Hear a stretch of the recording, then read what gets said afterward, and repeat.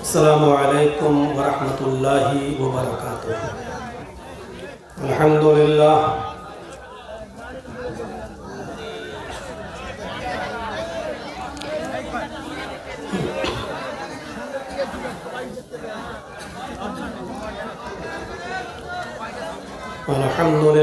نحمدہ ونستعینہ ونستغفرہ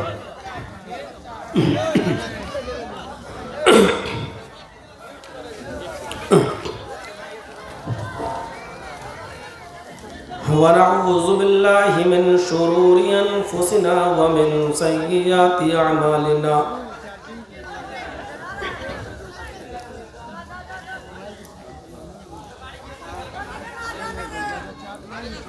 من يهده الله فلا مضل له ومن يضلل فلا هادي له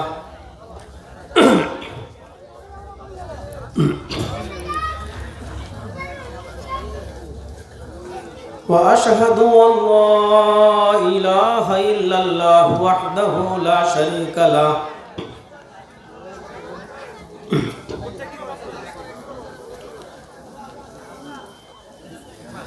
وأشهد أن محمدًا عبده ورسوله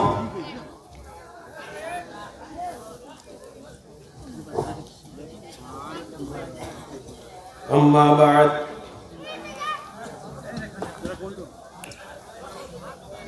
فإن خير الحديث كتاب الله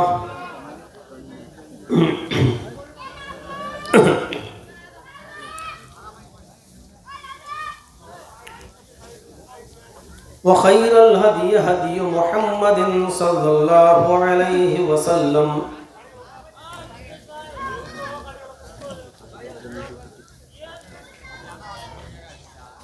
وشر الأمور محدثاتها وكل محدثة بدعة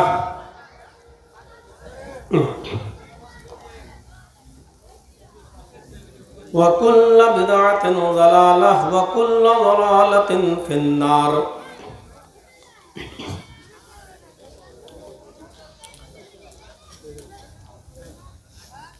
أعوذ بالله من الشيطان الرجيم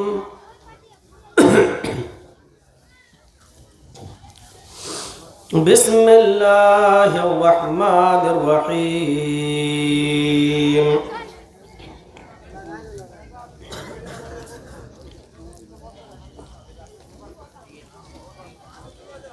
ألف لام ميم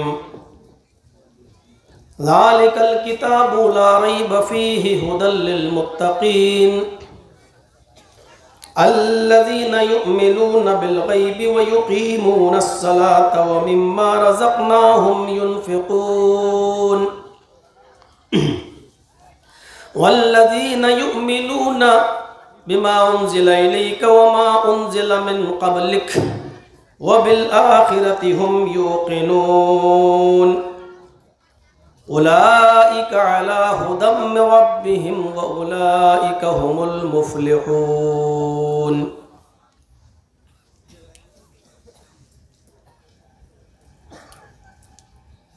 رب اشرح لي صدري ويسر لي أمري واحلل عقدة من لساني يفقهوا قولي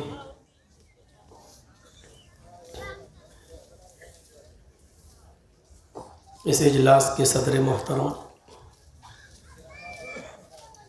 اسٹیج پر تشریف فرما معزز و معقر علماء کرام، بلیا ڈانگا، کلیا چک ڈسٹرکٹ مالدہ اور اس کے اطراف و اکراف سے آئے ہوئے معزز سامعین اور سامعات،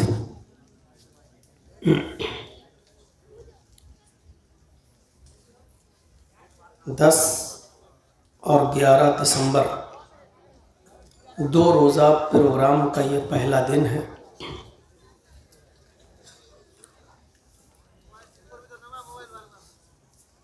اور یہ پروگرام آپ کی مسجد کی تعمیر اور اس کی ترقی کے لیے یہاں رکھا گیا ہے۔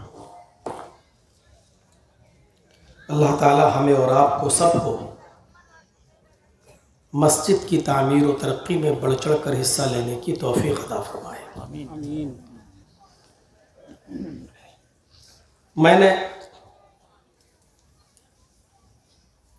خطبہ مسنونہ کے بعد سورہ بقرہ کی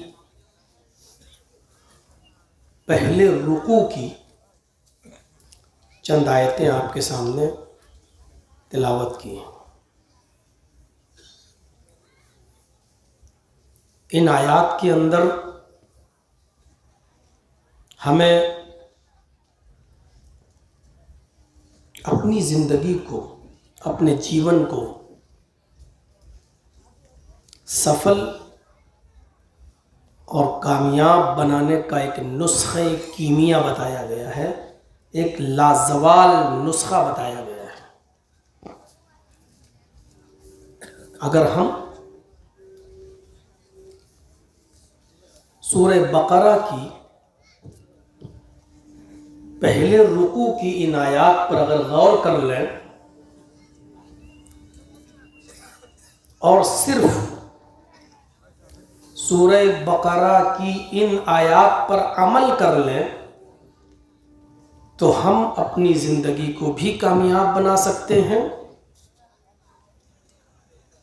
اور مرنے کے بعد اپنی آخرت کو بھی ہم کامیاب بنا سکتے ہیں۔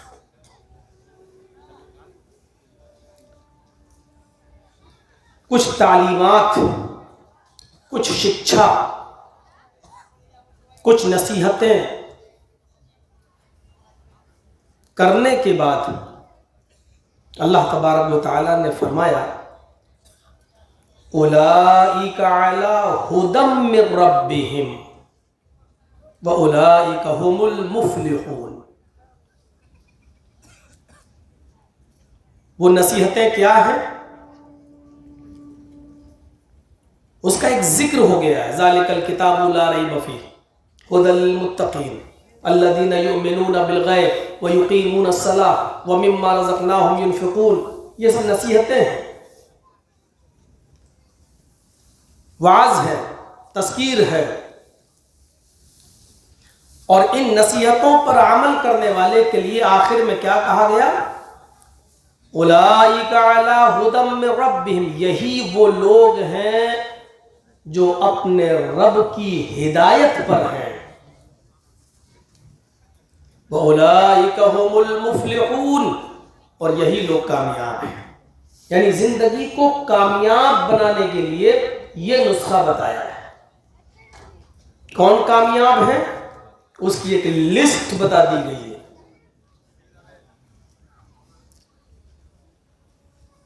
آئیے ایک ایک چیز پر ہم نظر ڈالتے ہیں۔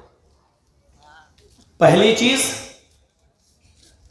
الف لام میم، اس کا معنی کسی کو نہیں معلوم، حروف مقطعات میں سے ہے۔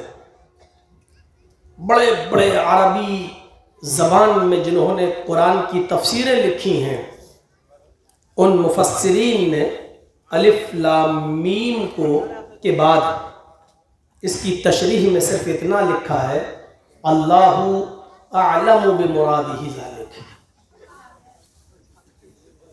اس سے کا کیا معنی ہے، اس سے کیا مطلب ہے، اور اس سے کیا مراد ہے، یہ اللہ ہی بہتر جانتا ہے، ہمیں اور آپ کو نہیں معلوم۔ بس اللہ کے نبی صلی اللہ علیہ وسلم نے بھی ہمیں یہی بتایا کہ الف لام میم کا معنی اور مراد اللہ ہی بہتر سمجھتا ہے، اور ضروری نہیں کہ جو چیز اللہ اور اس کے رسول نے ہمیں نہیں بتائی ہم اس کے پیچھے پڑ جائیں، یہ ضروری نہیں۔ الف لام میم اس کا معنی اور مطلب اللہ جانتا ہے۔ اس کے بعد والے جملے پر آئیے، ذالک الکتاب لا ریب فیہ، جو لوگ قرآن پڑھتے ہیں، تلاوت کرتے ہیں، ان کو ایک نصیحت یہ کی جا رہی ہے پہلی کہ اس کتاب کو چھونے سے پہلے، اس کتاب کو پڑھنے سے پہلے، اس کتاب کی تلاوت کرنے سے پہلے اپنے دل میں یہ عقیدہ اور ایمان پیدا کر لو کہ یہ کتاب شک اور شبہ سے پاک ہے۔ اس کتاب کے اندر کسی قسم کا کوئی ڈاؤٹ نہیں ہے۔ اس کتاب کے اندر ایک چیز بھی کسی انسان کی اپنی طرف سے داخل کی ہوئی نہیں ہے۔ اس کتاب کا ایک ایک لفظ اللہ کی طرف سے ہے۔ اگر یہ ایمان ہے، یہ عقیدہ ہے، اور اس بات کو اگر تم تسلیم کرتے ہو تو آگے اس کی تلاوت کیجئے، اور اگر شک ہے، شبہ ہے، ڈاؤٹ ہے، صحیح ہے کہ نہیں ہے، تو پھر اگر اس کتاب کو اپنی زندگی کو سنوارنے کے لیے پڑھو گے اور اس کی تلاوت کرو گے تو یہ کتاب تمہاری زندگی میں رہنمائی کرے گی، اور اگر اس کتاب کو تم کسی دوسرے مقصد سے پڑھو گے تو یہ کتاب تمہاری زندگی کے اندر کوئی رہنمائی نہیں کرے گی۔ ابو جہل اور ابو لہب اس قرآن کریم کو دوسرے مقصد کے تحت سنتے تھے، ایمان نصیب نہیں ہوا۔ حضرت عمر فاروق نے اپنی بہن کے گھر جا کر دروازے سے جب دل کی گہرائیوں سے اس کو سنا، اندر گئے، بہن و بہنوئی کو مارا۔ جب ان کی مار سے بہن و بہنوئی پر کوئی فرق نہیں پڑا تو حضرت عمر نے کہا اچھا لاؤ، کیا پڑھ رہی کہ تم مجھے بھی سناؤ۔ اور جب ان کو سنایا گیا تو حضرت عمر کے دل کی دنیا بدل گئی اور وہ ایمان لائے۔ دونوں میں فرق کیا تھا؟ ابو جہل اور ابو لہب نے ہدایت اور رہنمائی کی نیت سے نہیں سنا، ہدایت نہیں ملی۔ حضرت عمر فاروق نے جب اس کو رہنمائی اور ہدایت کے ارادے سے پڑھا تو ان کی دنیا بدلی، اور پھر ایسی دنیا بدلی کہ اس قرآن کی تعلیم کی برکت سے حضرت عمر نے اس دنیا کے آدھے حصے پر، آدھی دنیا پر تقریباً 22 لاکھ میل مربع میل زمین پر حکومت کر کے دکھلائی، اور دنیا کو پیغام دیا کہ دیکھو ایک بکریوں کے چرانے والے بھی حکومت کس طریقے سے کر کے دکھاتے ہیں۔ کہ حضرت عمر فاروق کی اس حکومت پر مہاتما گاندھی جیسی شخصیت یہ کہنے پر مجبور ہو گئی کہ عمر فاروق کا عدل، عمر فاروق کا نیائے، عمر فاروق کا انصاف اگر اس دنیا میں قائم کر دیا جائے اور لاگو کر دیا جائے تو یہ دنیا امن اور شانتی کا گہوارہ بن جائے گی اور خون خرابہ بند ہو جائے گا۔ یہ مہاتما گاندھی نے یہ بات حضرت عمر فاروق کے تعلق سے کہی۔ ہمارے دل کی دنیا نہیں بدلتی ہے، ہم مسلمان ہیں لیکن وہی کے وہی ہیں۔ تو پہلی نصیحت ذالک الکتاب لا ریب فیہ، یہ کتاب شک و شبے سے اور ڈاؤٹ سے بالکل پاک و صاف ہے، اس کے اندر شک اور شبے کی کوئی گنجائش نہیں ہے۔